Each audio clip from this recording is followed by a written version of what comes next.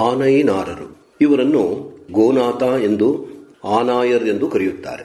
ರಸಪೂರ್ಣ ಚೈತನ್ಯದಿಂದುದಿಸಿದ ಈ ಸೃಷ್ಟಿಗೆ ಒಬ್ಬ ಒಡೆಯನಿರುವನೆಂದು ನಂಬಿದ ಆಸ್ತಿಕ ಭಾವದ ಜನರೆಲ್ಲರೂ ಅವನನ್ನು ಕಾಣಲು ಹಲವಾರು ಮಾರ್ಗಗಳನ್ನು ಹಿಡಿದಿದ್ದಾರೆ. ಪ್ರೇಯಸಿಯ ಮೊಲೆಯಲ್ಲಿಯೇ ಲಿಂಗವನ್ನು ದರ್ಶಿಸಿದವರಿದ್ದಾರೆ. ಕುರಿಯ ಹಿಕ್ಕೆಯಲ್ಲಿಯೇ ಶಿವನನ್ನು ಸಾಕ್ಷಾತ್ಕರಿಸಿಕೊಂಡವರಿದ್ದಾರೆ.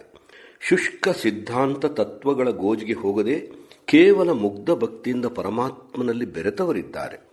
ತಮ್ಮ ಮಕ್ಕಳನ್ನೇ ಶಿವನಿಗೆ ಎಡೆಮಾಡಿ ತಮ್ಮ ಹೆಂಡಂದಿರನ್ನೇ ಶಿವನಿಗೆ ಅರ್ಪಿಸಿ ಭಕ್ತಿಗೆ ಅಡ್ಡ ಬಂದ ತಂದೆಯನ್ನೂ ಸಹ ಕೊಂದು ಹರನೊಲ್ಮೆ ಪಡೆದ ಜನರೆನಿತಿಲ್ಲ. ಎಂತಲೇ ಶರಣರು ಅವರನ್ನು ವಿಪರೀತ ಚರಿತರು ಎಂದು ಕರೆದು ಕೊಂಡಾಡಿದ್ದಾರೆ. ಸಂಗೀತದಿಂದಲೂ ಶಿವನು ಬಹುಬೇಗ ಒಲಿಯುತ್ತಾನೆಂದು ಭಾರತೀಯರ ನಂಬಿಕೆ. ಸಕಲೇಶ ಮಾದರಸನು ವೀಣೆಯನ್ನು ಬಾರಿಸಿ ಶಿವನುಳುಮೆ ಪಡೆದ. ಗಾನಲೋಲ ಶಿವನು ಕುಂಬಾರ ಗುಂಡಯ್ಯನ ಕೈಪರೆಗೆ ಮರುಳಾಗಿ ಅವನ ಕುಣಿತದಲ್ಲಿ ತಾನೂ ಲೋಲನಾಗಿ ಕುಣಿದ ಕಥೆಯನ್ನು ಯಾರು ತಾನೇ ಕೇಳಿಲ್ಲ. ವೇಣುಗಾನದಿಂದ ಶಂಕರನನ್ನು ಸಂತೋಷಗೊಳಿಸಿ ಮುಕ್ತರಾದವರೂ ಇದ್ದಾರೆ. ಅಂಥವರಲ್ಲಿ ಆನೈನಾರನೂ ಒಬ್ಬ. ಆನೈನಾರನೇನೂ ಹೇಳಿಕೊಳ್ಳುವಂಥ ಶ್ರೀಮಂತನಲ್ಲ. ಆಗಿನ ಚೋಳ ದೇಶದ ಮಂಗಳ ಊರಿನಲ್ಲಿ ಅವನು ವಾಸಿಸುತ್ತಿದ್ದ. ತಂದೆ ತಾಯಿಗಳ ಶಿವಭಕ್ತಿಯ ಪ್ರತಿಫಲವಾಗಿ ಅವನು ಹುಟ್ಟಿದ್ದ. ಅವನು ಬಾಲಕನಾಗಿದ್ದಾಗ ತಂದೆ ತಾಯಿಗಳು ಪಂಚಾಕ್ಷರಿಯನ್ನು ರಾಗದಲ್ಲಿ ಹಾಡಿ ಮಲಗಿಸುತ್ತಿದ್ದರು. ಅವನ ಕೈಗಳೆರಡನ್ನೂ ತಮ್ಮ ಕೈಗಳಲ್ಲಿ ಹಿಡಿದು ಚಪ್ಪಾಳೆ ಹಾಕಿಸುತ್ತಾ ಪಂಚಾಕ್ಷರಿ ಮಂತ್ರವನ್ನೇ ಸರಾಗವಾಗಿ ಮೃದು ಮಧುರ ಕಂಠದಿಂದ ಹಾಡಿ ಹಾಡಿ ಕೂಸನ್ನು ಆಡಿಸುತ್ತಿದ್ದರು. ಅವನು ಆ ಮಂತ್ರವನ್ನು ಬಾಲಕನಾಗಿದ್ದಾಗಿನಿಂದಲೂ ಕೇಳಿ ಕೇಳಿ ಅದರ ಬಗ್ಗೆ ಒಂದು ಬಗೆಯ ಮೋಹವನ್ನೇ ತಾಳಿದ್ದನು. 5-6 ವರ್ಷದವನಾಗುತ್ತಲೂ ಅವನ ಬಾಯಿಂದ ಆ ಮಂತ್ರ ಅತ್ಯಂತ ಮೋಹಕವಾಗಿ ಸುಶ್ರಾವ್ಯವಾಗಿ ಕೇಳುಗರ ಹೃನ್ಮನಗಳನ್ನು ಸೂರೆಗೊಂಬ ರೀತಿಯಲ್ಲಿ ಹೊರಹೊಮ್ಮಲಾರಂಭಿಸಿತು. ಅವನ ತಂದೆ ತಾಯಿಗಳಿಗೆ ಆಕಳುಗಳೇ ಸಂಪತ್ತು. ಅವರು ಕುರುಬರಿದ್ದರು ಎಂದು ಹೇಳುತ್ತಾರೆ. ದಿನಾಲು ಅಡವಿಗೆ ಹೋಗಿ ಅವುಗಳನ್ನು ಹೊಟ್ಟೆ ತುಂಬ ಮೇಯಿಸಿಕೊಂಡು ಬಂದು ಅವು ಕೊಡುವ ಹಾಲನ್ನು ಮಾರಿ ತಮ್ಮ ಹೊಟ್ಟೆಯನ್ನು ಹೊರೆಯುತ್ತಿದ್ದರು. 8-10 ವರ್ಷದವನಾಗುವ ಹೊತ್ತಿಗೆ ತಂದೆಯ ಜೊತೆಗೆ ಆನೈನಾರನೂ ಅಡವಿಗೆ ಹೋಗಿ ಬರತೊಡಗಿದ. ಅಲ್ಲಿಯ ನಿಸರ್ಗ ಸೌಂದರ್ಯ ಅವನ ಮನಸ್ಸನ್ನು ಸೂರೆಗೊಂಡಿತ್ತು. ರಂಗು ರಂಗಿನ ಹೂಗಳಿಂದ ಶೃಂಗಾರಗೊಂಡ ಗಿಡಗಳನ್ನು, ಸುಳಿಗಾಳಿಯಲ್ಲಿ ತೇಲಿ ಬರುತ್ತಿದ್ದ ಕೋಗಿಲೆಯ ಪಂಚಮದ ಇಂಚರವನ್ನು, ಎಲ್ಲೆಡೆಯಲ್ಲಿ ತುಂಬಿಕೊಂಡ ಹೂವಿನ ಸುವಾಸನೆಯನ್ನು, ನಳನಳಿಸಿ ಬೆಳೆದ ಎಳೆ ಲತಗಳನ್ನು, ಕಂಗಳಿಗೆ ಹಬ್ಬವಾಗಿದ್ದ ಅಚ್ಚ ಹಸಿರು ಹುಲ್ಲುಗಾವಲುಗಳಲ್ಲಿ ತನ್ಮಯವಾಗಿ ಮೇಯುತ್ತಿರುವ ಪಶುಗಳ ಮಂದೆಯನ್ನು ಕಂಡು ಆನೈನಾರ್ ಹುಚ್ಚನಾಗಿ ಹೋಗಿದ್ದ. ಒಮ್ಮೊಮ್ಮೆ ಅವನ ಜೊತೆಯಲ್ಲಿಯೇ ಪಶುಗಳನ್ನು ಮೇಯಿಸಲು ಬಂದ ಹುಡುಗರು ತಮ್ಮ ಕೊಳಲಿನಿಂದ ಹೊರಹೊಮ್ಮಿಸುತ್ತಿದ್ದ ಇಂಚರದ ಮಾಧುರ್ಯಕ್ಕೆ ಅವನ ಮನಸೋತು ಹೋಗಿದ್ದನು. ತಂದೆಗೆ ಹೇಳಿ ತಾನೂ ಒಂದು ಕೊಳಲು ಮಾಡಿಸಿಕೊಂಡ. 1-2 ದಿನಗಳಲ್ಲಿ ಬಾರಿಸಲು ಕಲಿತ. ಶ್ರದ್ಧೆಯೊಂದಿದ್ದರೆ ಯಾವ ಕಲೆಯೇನು ಬಹುಬೇಗ ಸಾಧಿಸಬಹುದು. ಆನೈನಾರ್ ಬೆಳೆಯುತ್ತಾ ಹೋದಂತೆ ತಂದೆಗೆ ಮುಪ್ಪು ಅಡರಿತು. ದೇಹಶಕ್ತಿ ಉಡುಗಿತು. ತಂದೆಯ ಕೆಲಸವನ್ನು ಮಗನು ಮುಂದುವರಿಸಿದನು. ಅದು ಅವನಿಗೆ ಅತಿ ಪ್ರಿಯವಾದ ಕೆಲಸವಾಗಿತ್ತು. ಬೆಳಗು ಮುಂಜಾನೆ ಚುಮಚುಮ ಹೊತ್ತು ಮೂಡುವ ಹೊತ್ತಿಗೆ ಆಕಳುಗಳು ಎಲ್ಲಕ್ಕೂ ಚೆನ್ನಾಗಿ ಅಡವಿಯಿಂದ ತಂದ ಹುಲ್ಲು ಮೇಯಿಸಿ, ಕರುಗಳನ್ನು ಬಿಟ್ಟು ಹಾಲು ಕರೆದು, ತನ್ನ ತಾಯಿ ಬಡಿಸಿದ್ದನ್ನು ಊಟ ಮಾಡಿ, ಬೇಕಷ್ಟು ಬುತ್ತಿಯನ್ನು ಕಟ್ಟಿಕೊಂಡು, ಟೊಂಕದಲ್ಲಿ ತನ್ನ ಪ್ರೀತಿಯ ಕೊಳಲನ್ನು ಸಿಕ್ಕಿಸಿಕೊಂಡು ಆಕಳುಗಳನ್ನು ಬಿಟ್ಟುಕೊಂಡು ಅಡವಿಗೆ ಹೋಗುತ್ತಿದ್ದ. ಹುಲಸಾಗಿ ಹುಲ್ಲು ಬೆಳೆದ ಸ್ಥಳವನ್ನು ನೋಡಿ ಅವಳನ್ನು ಅಲ್ಲಿಯೇ ಮೇಯಬಿಟ್ಟು ತಾನು ಸೊಂಪಾಗಿ ಬೆಳೆದ ಗಿಡದ ನೆರಳಿನಲ್ಲಿ ಕುಳಿತು ಕೊಳಲು ಬಾರಿಸುವುದರಲ್ಲಿ ಮಗ್ನನಾಗಿ ಬಿಡುತ್ತಿದ್ದ. ಪ್ರಫುಲ್ಲ, ಪ್ರಸನ್ನ, ಪ್ರಶಾಂತ ಮನಸ್ಕನಾಗಿ ಊದುತ್ತಿರಲು ಕೊಳಲಿನಲ್ಲಿ ಚೈತನ್ಯವೇ ಬಡಮೂಡಿದಂತೆ, ಸಂಗೀತ ಸರಸ್ವತಿಯೇ ನಲಿದು ಇಳಿದು ಬಂದಂತೆ ಗಾನರಸ ಉಕ್ಕುತ್ತಿತ್ತು. ಅದರ ರುಚಿ ಶುಚಿಗಳಿಗೆ, ಮಾರ್ಧವತೆ ಮಾಧುರ್ಯಗಳಿಗೆ ಮನಸೋತ ಗೋವುಗಳು ಒಮ್ಮೊಮ್ಮೆ ಹುಲ್ಲು ತಿನ್ನುವುದನ್ನು ಬಿಟ್ಟು ಕೇಳುತ್ತಿದ್ದವು. ಮೊದಮೊದಲು ಈ ತನ್ಮಯತೆ ಅವಧಿ ಸೀಮಿತವಾಗಿರುತ್ತಿತ್ತು. ಅವನ ಕೊಳಲಿನಿಂದ ಹೊರಹೊಮ್ಮುವ ಆ ರಾಗ ಮತ್ತಾವುದೂ ಆಗಿರಲಿಲ್ಲ. ಅವನನ್ನು ತೊಟ್ಟಿಲಲ್ಲಿಟ್ಟಾಗ, ಅಂಬೆಗಾಲಿಟ್ಟು ಅಡ್ಡಾಡುವಾಗ, ತೊದಲು ನುಡಿಗಳನ್ನು ನುಡಿಯುವಾಗ ಅವನ ತಂದೆ ತಾಯಿಗಳು ಹಾಡುತ್ತಿದ್ದ ಸರಾಗವಾದ ಪಂಚಾಕ್ಷರಿಯೇ ಆಗಿತ್ತು. ದಿನಗಳೆದಂತೆ ಈ ರಸ ಸಮಾಧಿಯ ಅವಧಿ ಬೆಳೆಯುತ್ತಾ ನಡೆಯಿತು. ಪಂಚಾಕ್ಷರಿಯ ಅರ್ಥವೇನೆಂಬುದನ್ನು ಅವನರಿಯ. ಅದರ ರಾಗ ರಸರಂಜನೆಗೆ ಮರುಳಾಗಿದ್ದ. ಎಷ್ಟು ಹೊತ್ತು ಆ ರಾಗವನ್ನು ನುಡಿಸಿದರೂ ಅವನಿಗೆ ತೃಪ್ತಿ ಇರುತ್ತಿರಲಿಲ್ಲ.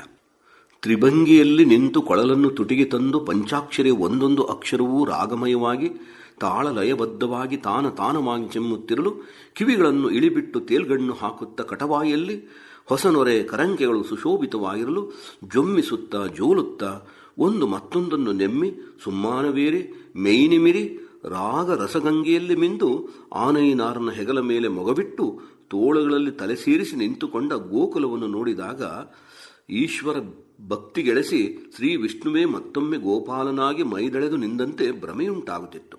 ಅಂತಹ ಗಾಢ ತನ್ಮಯತೆ, ಅಂತಹ ಪ್ರಗಾಢ ತಲ್ಲೀನತೆ, ಅಂತಹ ಗಾನಯೋಗ ನಿದ್ರೆ ಆನೈನಾರನದು. ಈ ಗಾನ ತಪಸ್ಸು ಯಾರಿಗೂ ತಿಳಿಯದಂತೆ ಮುಂದುವರಿಯಿತು. ಹೀಗಿರುತ್ತಿರಲು ಅವನ ಗುಪ್ತ ಭಕ್ತಿಗೆ ವಸಂತಕಾಲ ಬಂದಂತೆ ಒಮ್ಮೆ ವಸಂತ ಮಾಸವು ತಲೆದೋರಿತು. ಚೈತನ್ಯ ರಸ ತರು ಮರಾದಿಗಳಲ್ಲಿ ಮೈಮುರಿದು ಮೇಲೆದ್ದಿತು. ವನರಾಣಿಯ ತಾರುಣ್ಯ ತುಂಬಿ ತುಳುಕಿತು. ಗಿಡ ಮರಗಳಲ್ಲಿ ಕುಡಿಯಾಗಿ ಚಿಗುರಾಗಿ ಹೂವಾಗಿ ಹಕ್ಕಿಗಳ ಕಲಕಂಠದ ಗಾನವಾಗಿ ಆರಡಿಗಳ ಗುಂಗಾನವಾಗಿ ತೊರೆಗಳ ಗುಳುಕು ಗುಳುಕು ನಿನಾದವಾಗಿ ಅದು ಎಲ್ಲೆಡೆಗೂ ಕಣ್ತುಂಬುವಂತಾಯಿತು. ಮನಶ್ರೀ ಆರ ಬರುವಿಕೆಗಾಗಿ ಇಷ್ಟು ಶೃಂಗರಿಸಿಕೊಂಡಿದ್ದಳೋ ಏನು. ಆನೈನಾರ್ನಿಗೆ ಮಾತ್ರ ಆ ನೋಟ ಒಂದು ಹೊಸದೊಂದು ಅನುಭವಕ್ಕೆ ಕಾರಣವಾಯಿತು. ಗೋವುಗಳನ್ನು ಬಿಟ್ಟುಕೊಂಡು ಹೊರಟ ಅವನು ಸುತ್ತೆಲ್ಲ ಕಣ್ಣಾಡಿಸಿದ. ಕಣ್ಣಿಟ್ಟ ಕಡೆಗೆಲ್ಲ ಹೊಂಬಣ್ಣದ, ಚಂಬಣ್ಣದ, ಬಿಳಿ ಬಣ್ಣದ, ನಾನಾ ಬಣ್ಣದ ಹೂಗಳು ತಂಗಾಳಿಯ ತೀಟಕ್ಕೆ ಅಲ್ಲಾಡುತ್ತಾ ಮಗ್ಗಲು ಹೂವಿನ ಜೊತೆ ಮಾತನಾಡಿ ಮುದ್ದಿಡುತ್ತಾ ಲಲ್ಲೆಗೈಯುತ್ತಿದ್ದವು. ಸುಖ ಸ್ಪರ್ಶನವನ್ನುಂಟು ಮಾಡುತ್ತಾ ಮಂದ ಮಾರುತ ಮೆಲ್ಲ ಮೆಲ್ಲನೆ ಚಲಿಸುತ್ತಿದ್ದ. ಗಿಡವನಪ್ಪಿದ ಬಳ್ಳಿ ಜೋಕಾಲಿಯಲ್ಲಿ ಭಕ್ತಿವನಿತೆ ಜೀಕುತ್ತಿರುವಂತೆ ಮಂಗಲಮಯ ನೋಟ. ಆನೈನಾರ್ ಒಂದು ಬಳಕುತ್ತಿರುವ ಬಳ್ಳಿಯನ್ನು ಮುಟ್ಟಿದ. ವಿದ್ಯುತ್ ಪ್ರವಾಹದಂತೆ ಭಕ್ತಿರಸ ಹರಿಯಿತೇನೋ. ಉತ್ತೇಜಿತನಾದ. ಹಾಗೆಯೇ ಮುಂದಡಿಯಿಟ್ಟ 4 ಹೆಜ್ಜೆ. ತಕ್ಷಣ ನಿಂತು ಬಿಟ್ಟ.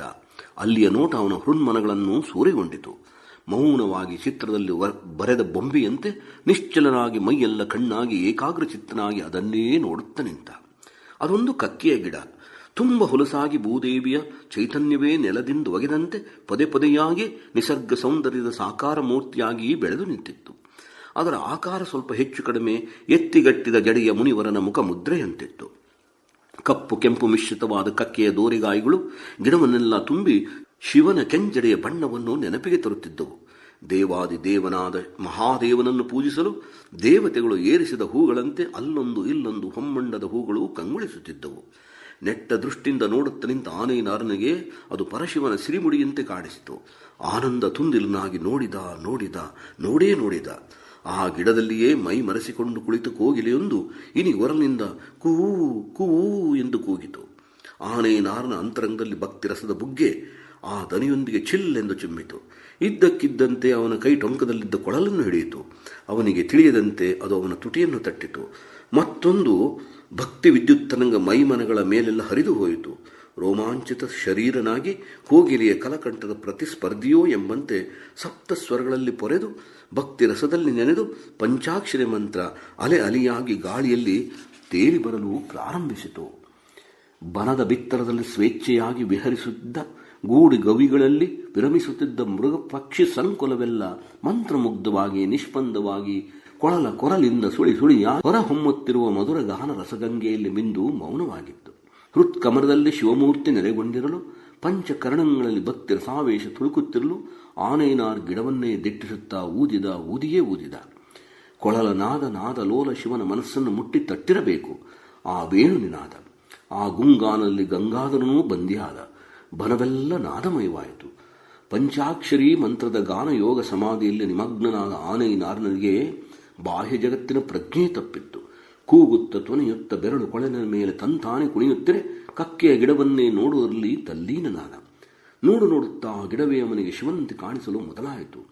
ಗಾಳಿಗೆ ಅತ್ತ ಇತ್ತ ಒಲೆಯುತ್ತಿರುವ ಆ ಕಕ್ಕೆ ಶಿವನೇ ತನ್ನ ಕೊಳಲನಾದವನ್ನು ಕೇಳಿ ತಲೆತೂಗುತ್ತಿರುವಂತೆ ಭಾಸವಾಯಿತು. ಒಂದೊಂದಾಗಿ ಉದುರಿ ಬೀಳುತ್ತಿರುವ ಹೂಗಳು ಶಿವನ ಸಿರಿ ಮುಡಿಯಿಂದ ಹನಿ ಹನಿಯಾಗಿ ಇಳಿಗಿಳಿಯುತ್ತಿರುವ ಗಂಗಾವತರಣದಂತೆ ಕಂಡವು. ಮರ ನಳಿದು ಶಿವನು ಮಾತ್ರ ಉಳಿದಿರುವ ಭಾವ ಬಲಿತು ಗಿಡವನ್ನೇ ಅಪ್ಪಿದ. ಆಶ್ಚರ್ಯದ ಮೇಲೆ ಆಶ್ಚರ್ಯ. ಬಾ ಮಗನೇ, ನಿನ್ನ ಪಂಚಾಕ್ಷರಿ ಮಂತ್ರದ ರಾಗ ರಸಕ್ಕೆ ನಾನು ಮಾರು ಹೋದೆ ಎಂಬ ಧ್ವನಿ ಕೇಳಿಸಿತು. ಆನೇನಾರ್ ಹುಚ್ಚಾಗಿ ಹೋದ. ಹಾಗೆಯೇ ಕಣ್ಮುಚ್ಚಿದ. ಮತ್ತೊಂದು ಲೋಕದ ವಿಹಾರಿಯಾದ. ಅಲ್ಲಿ ಕಂಡದ್ದೇನು? ಶಿವನು ತನ್ನನ್ನೇ ಕರೆಯುತ್ತಾ ಅವಸರವಾಗಿ ಬರುತ್ತಿದ್ದಾನೆ. ಕಲ್ಲು ಮುಳ್ಳುಗಳಿಂದ ಕೂರ ಪ್ರಾಣಿಗಳಿಂದ ತುಂಬಿ ತುಳುಕುತ್ತಿರುವ ಈ ಅರಣ್ಯ ಪ್ರದೇಶಕ್ಕೆ ಶಿವನು ನನ್ನ ಸಲುವಾಗಿ ಬರುತ್ತಿರುವನಲ್ಲ ಎಂಬ ಆತಂಕ ಅವನ ಮನಸ್ಸನ್ನು ಆವರಿಸಿತು. ಹರಿದೋಡಿ ಶಿವನ್ನು ಅಪ್ಪಿಕೊಂಡ. ಇಂತಿ ಅರಣ್ಯಕ್ಕೇಕೆ ಬಂದೆ ತಂದೆ? ಹುಲಿ ಕರಡಿಗಳಿರುತ್ತಿಯೋ ಇಲ್ಲಿ ಶಿವನೇ? ನೀನು ಸುಕುಮಾರ. ಕೈಲಾಸಮಂ ಬಿಟ್ಟು ಶೈಲಜೆಯನಗಲಿ ನನಗೋ ಸುಗಮೆ. ಇಂತಹ ವಿಂಜದೊಳಗೆ ಬರಬಹುದೇ ತಂದೆ? ಅಯ್ಯೋ, ನನ್ನ ಭಕ್ತಿ ನಿನಗೆ ಇಂಥ ಅವಸ್ಥೆಯನ್ನು ತಂದಿತೆ. ನಿನ್ನನ್ನು ಈ ರೀತಿ ಅಡವಿಯಲ್ಲಿ ತಿರುಗುವಂತೆ ಮಾಡಿದ್ದೆ. ಕರುಣಾಕರನೆ, ಕರುಣಾಸಾಗರನೆ, ನನ್ನನ್ನು ಕ್ಷಮಿಸು, ನನ್ನನ್ನು ಮನ್ನಿಸು ಎಂದು ಅಂಗಲಾಚಿ ಬೇಡಿಕೊಂಡ. ಆ ದೃಶ್ಯ ಮರೆಯಾಗಿ ಮತ್ತೊಂದು ದೃಶ್ಯ ಅವನ ಕಣ್ಮುಂದೇ ಸುಳಿಯಿತು. ಆನೈನಾರ್ ಪುಷ್ಪಕ ವಿಮಾನದಲ್ಲಿ ಕುಳಿತು ಕೈಲಾಸದ ಯಾತ್ರೆ ಕೈಕೊಂಡ. ಅಲ್ಲಿ ಸಂಭ್ರಮೋ ಸಂಭ್ರಮ. ದೇವತೆಗಳು ಋಷಿಗಳು ಕಿಕ್ಕಿರಿದು ತುಂಬಿದ್ದಾರೆ ಶಿವನ ಸಭೆಯನ್ನು. ಶಿವನೇ ಎದ್ದು ಬಂದು ಆನೈನಾರ್ನನ್ನು ಕೈ ಹಿಡಿದು ಕರೆದೊಯ್ದ. ಜಗಜ್ಜನನಿ ಪಾರ್ವತಿಯ ಹತ್ತಿರ ಬಂದು ನೆರೆದವರೆಲ್ಲರನ್ನೂ ಉದ್ದೇಶಿಸಿ, ಇವನಂತೆ ಎಲ್ಲವನ್ನೂ ಮರೆತು ಕೊಳಲನ್ನು ಊದಿದವರುಂಟೆ ಈ ಧರೆಯೊಳಗೆ? ಅದರಲ್ಲಿಯೂ ಆ ಕೊಳಲಿನಿಂದ ಪಂಚಾಕ್ಷರಿ ನುಡಿಸಿದವರುಂಟೆ? ಕಕ್ಕೆಯ ಗಿಡದಲ್ಲಿಯೇ ನನ್ನನ್ನು ಸಾಕ್ಷಾತ್ಕರಿಸಿಕೊಂಡವರುಂಟೆ?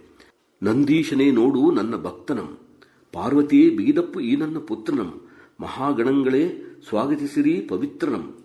ಇವನ ಕೊಳಲ ಗಾನಕ್ಕೆ ನಾನೇ ಮಾರು ಹೋದೆ. ಅದರ ಸುಖವನ್ನು ಸವಿಯಲೆಂದೇ ಅವನ ಕೊಳಲೊಳಗೆ ಇಲ್ಲಿಯವರೆಗೆ ಸಿಲುಕಿಕೊಂಡಿದ್ದೆ. ಅವನ ಬಂದಿಯಾಗಿದ್ದೆ. ಈ ಹೊಸ ಪರಿಯ ಭಕ್ತನನ್ನು ಪಡೆದು ನಾನು ಸುಖಿಯಾದೆ, ಪರಮ ಸುಖಿಯಾದೆ ಎಂದು ಹೇಳುತ್ತಾ ಮತ್ತೊಮ್ಮೆ ಆನೈನಾರನ್ನು ಬಿಗಿದಪ್ಪಿದ. ಜ್ಯೋತಿಯು ಜ್ಯೋತಿಯನ್ನು ಬೆರೆತಂತೆ ಇಬ್ಬರೂ ಒಂದಾದರು. ಜೀವಾತ್ಮ ಪರಮಾತ್ಮಲ್ಲಿ ಲೀನವಾಯಿತು. ಗಿಡದ ಬುಡದಲ್ಲಿ ಉಳಿದುದು ಆ ಹಿರಿಯ ಭಕ್ತನ ಭೌತಿಕ ಶರೀರ ಮಾತ್ರ. ಓಂ ನಮಃ.